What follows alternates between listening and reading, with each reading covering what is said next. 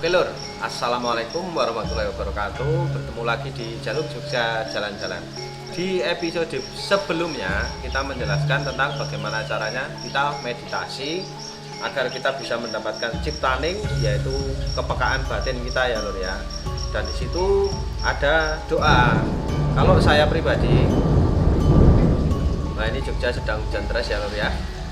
Secara pribadi saya menggunakan doa wirid karena saya beragama Islam. Saya menggunakan wiridan Ya Latif, dimana itu adalah Asmaul Husna yang artinya yang maha lembut. Jadi saya meminta kepada Tuhan agar melembutkan hati saya. Nah, di video yang kemarin saya mengajarkan dengan fokus satu pandangan mata. Nah, di situ sebenarnya membuat kita itu melatih kita untuk fokus dan bermeditasi. Nah, bicara yang pertama kemarin kita menggunakan adalah mata kita. Bicara yang kedua, setelah itu jenengan harus bisa mematikan indera pendengaran jenengan. Jadi yang pertama mata, yang kedua telinga gitu loh. Terus apakah bisa Mas mematikan indera telinga kita? Bisa banget loh. Jadi seperti ini ya, misal katakanlah jenengan berjalan ke atau menggunakan sepeda motor ke arah pegunungan atau di dataran yang lebih tinggi. Di situ nanti jenengan akan merasakan tiba-tiba telinga jenengan seperti tersumpal sesuatu sehingga merasakan pendengaran jenengan jauh berkurang. Nah, dengan cara itulah kita juga akan belajar. Jadi di sini kita nanti akan melakukan pelajaran mengolah nafas ya lur ya. Kita harus mengolah nafas, di mana sebenarnya mudah tapi juga sulit. Yang harus kita lakukan adalah mengolah nafas kita. Jadi kita menahan nafas seperti separuh kita telan dan separuh kita masukkan ke dalam telinga. Nah, itu jenengan harus bisa melakukannya secara terus-menerus, secara berulang-ulang. Nah, sampai di situ jenengan posisinya tetap mengarah fokus kepada dupa atau dengan media yang jenengan gunakan, tapi menggunakan olah nafas juga seperti itu. Jadi seperti seolah jenengan telan, tapi seolah juga jenengan menutup telinga. Nah, kegunaannya apa lur? Ya, karena kegunaannya adalah di situ kita mulai menggunakan hati kita untuk melihat dan untuk mendengar. Jadi nanti kita tidak menggunakan mata dan telinga kita untuk melihat dan mendengar. Nah, setelah itu pokoknya harus jenengan lakukan terus menerus. Nah, berulang-ulang dan berulang-ulang. Setelah itu lur, kita bisa melakukan ke tingkat berikutnya, yaitu tingkat kita sudah mensugesti diri sendiri atau memberikan sesuatu yang berwujud nyata. Oke lur, jadi saya kenapa kok menggunakan sesuatu yang berwujud nyata? Karena spiritual itu ya memang sesuatu yang kita gunakan untuk kehidupan nyata dan kehidupan sehari-hari, dan itu bisa dipelajari. Nah, salah satunya seperti ini ya lor ya. Saya dulu diajarkan sama yang mengasuh saya itu doa. Jadi doanya gini: sederek kula sepuh ingkang lenggah wonten kiblat sekawan, saka kakang barep adi ragil kakang kawah adi hari-hari ingkang cikal bakal kula nyuwun amengan titik. Nah, pada saat itu pengasuh saya memberikan saya contoh, yaitu menggerakkan telapak tangan seperti ini. Pada saat itu nanti kita dengan doa itu kita meminta sederek kula sepuh ingkang lenggah wonten kiblat sekawan saka kakang barep adi ragil kakang kawah adi hari-hari ingkang cikal bakal kula nyuwun dipun obahaken asta kula. Nah, asta itu adalah tangan. Nanti tangan kita semakin cepat seperti itu. Nah, tapi pada saat itu saya merasa kok kurang yakin dengan apa yang saya pelajari ya lor ya.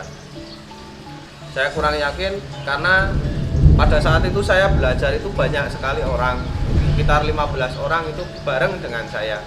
Nah, di situ mungkin ada rasa saya itu bingung. Ini yang menggerakkan tangan saya itu saya sendiri atau ilmunya yang sudah masuk.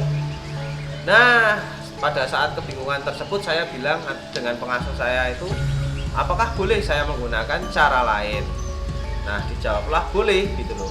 Karena di dalam saya belajar itu saya tidak dipaksakan loh.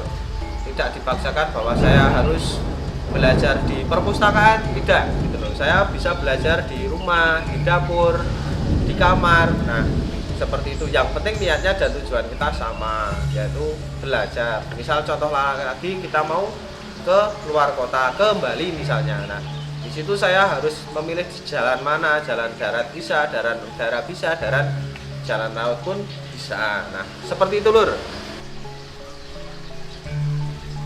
Nah, oke lur. Jadi di situ karena saya itu kok merasa kurang yakin, saya mencari sesuatu hal di mana saya harus belajar itu yang seolah-olah itu saya tahu gitu loh. Nah, akhirnya saya menggunakan batu. Nah, ini adalah batu mustika saya untuk pengasian ya lur ya. Jadi mungkin teman-teman atau sedulur ada yang membutuhkan, nanti bisa menghubungi saya. Nah, jadi gini, pada saat itu saya menggunakan taktik atau strategi yang saya ciptakan sendiri untuk mempermudah saya belajar.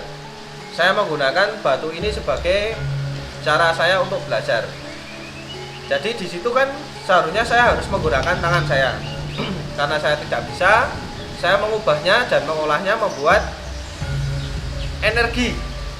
Saya membuat batu ini panas gitu loh. Jadi saya berdoa, derek kula sepuh ingkang lenggah wonten kiblat sekawan saka Kakang Barep Adinagil Kakang Kawah Hari-hari ingkang cikal bakal kula nyuwun dipun panasaken sela menika. Ini saya terus menerus akhirnya batu ini menjadi panas gitu. Lalu setelah itu, nah saya yakin wah ternyata ilmu saya masuk. Tapi saya berpikir wah ini panasnya cuma karena mungkin saya genggam terlalu lama akhirnya jadi panas gitu loh. Terus akhirnya saya pindah ke telapak tangan kiri dan saya meminta agar dingin. Doanya sama. Sederek kula sepuh ingkang lenggah wonten kiblat sekawan saka Kakang Barep Adinagil Kakang Kawah Hari-hari ingkang cikal bakal kula nyuwun dipun ademaken sela menika. Dingin. Akhirnya dingin. Nah, setelah itu saya cek ke teman-teman gitu loh. Iki watu iki tak gawe panas. Saya suruh pegang, panas enggak? Panas gitu loh. Terus saya balik. Batu ini akan saya buat menjadi dingin. Dingin enggak? Dingin. Nah, seperti itu akhirnya saya sudah bisa merasakan atau mengubah atau mentransfer atau mensugesti diri saya sendiri untuk mengisi suatu barang atau merasakan suatu barang. Nah, itu kegunaannya buat apa gitu. Membuat tangan kita, hati kita, pikiran kita fokus dan kita sudah nyewiji atau ciptane.